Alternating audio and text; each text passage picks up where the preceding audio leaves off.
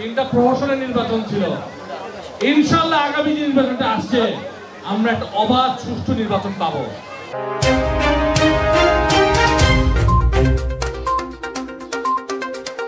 অপরূপ TV online 11 নং দক্ষিণ কাট্টলী ওয়ার্ড বাসন্তী বালিকা উচ্চ বিদ্যালয় পরিচালনা কমিটির উদ্যোগে উঠোন বৈঠক অনুষ্ঠিত হয়েছে। বলেছেন, গণতন্ত্র ও ভোটাধিকার প্রতিষ্ঠার লক্ষ্যে যুব সমাজকে নিয়ে ঐক্যবদ্ধভাবে কাজ করছে। এই লক্ষ্যে বিভিন্ন সময়ে কর্মসূচি ঘোষণা করেছে এবং তরুণ সমাজকে এই আন্দোলনে যুক্ত হতে উৎসাহিত করা হচ্ছে।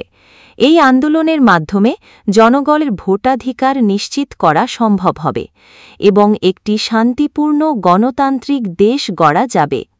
সংগঠনের বছরের এ যাত্রায় অনেক বাধা আসলেও গণতন্ত্রের জন্য সংগ্রাম থামেনি, থামবেও না।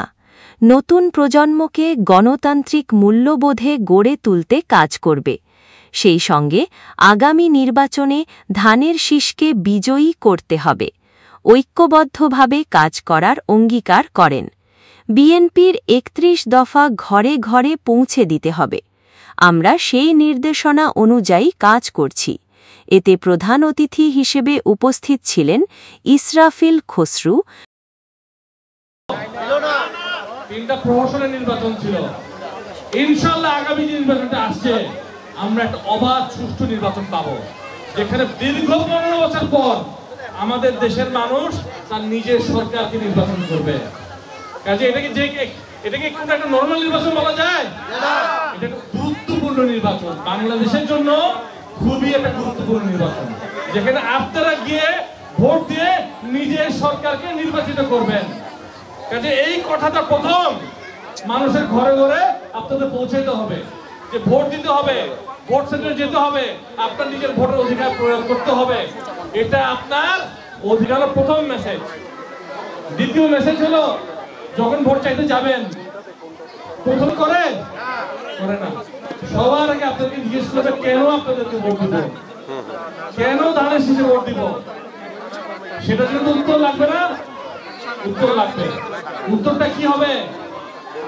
সকলে আমাদের যে 21 দফা আছে, যারা যারা পারেন নগর বিএনপির যুগ্ম আহ্বায়ক মঞ্জুরুল আলম মঞ্জু সঞ্চালনায় ছিলেন 11 নং দক্ষিণ কাট্টলী ওয়ার্ড বিএনপির সদস্য সচিব নূর সেলিম বাঙ্গালী। সভাপতিত্ব করেন সোলেমান হাওলাদার, 11 নং ওয়ার্ড বিএনপির আহ্বায়ক মোহাম্মদ শফিউল্লাহ, 11 নং ওয়ার্ড সাবেক সভাপতি মোহাম্মদ সাইফুল আলম, মোহাম্মদ গিয়াস, মোহাম্মদ হানিফ, মোহাম্মদ হাসান, মোহাম্মদ এমাদুল আরও উপস্থিত ছিলেন নেতৃবৃন্দরা।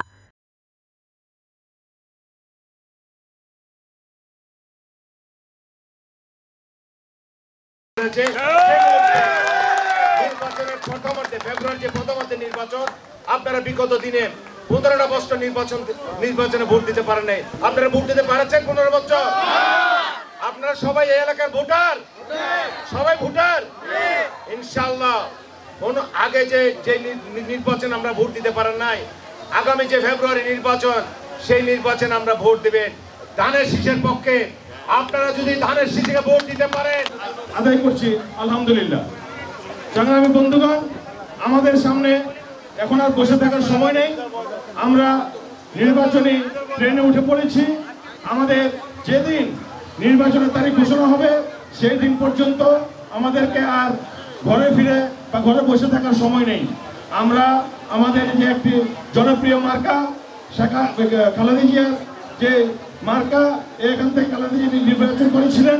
সুযোগ্য সন্তান, অত্র এলাকারই সন্তান। ওনার বাড়ি কিন্তু আপনাদের কাছে, চিনতে পারছেন? কাট্টলী, উত্তর কাট্টলীর সুযোগ্য সন্তান।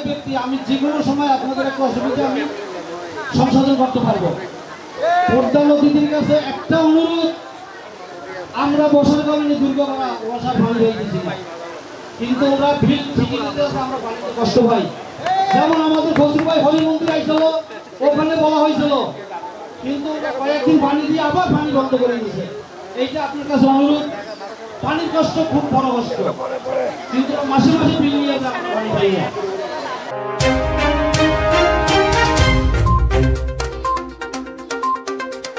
অপরূপ টিভি অনলাইন।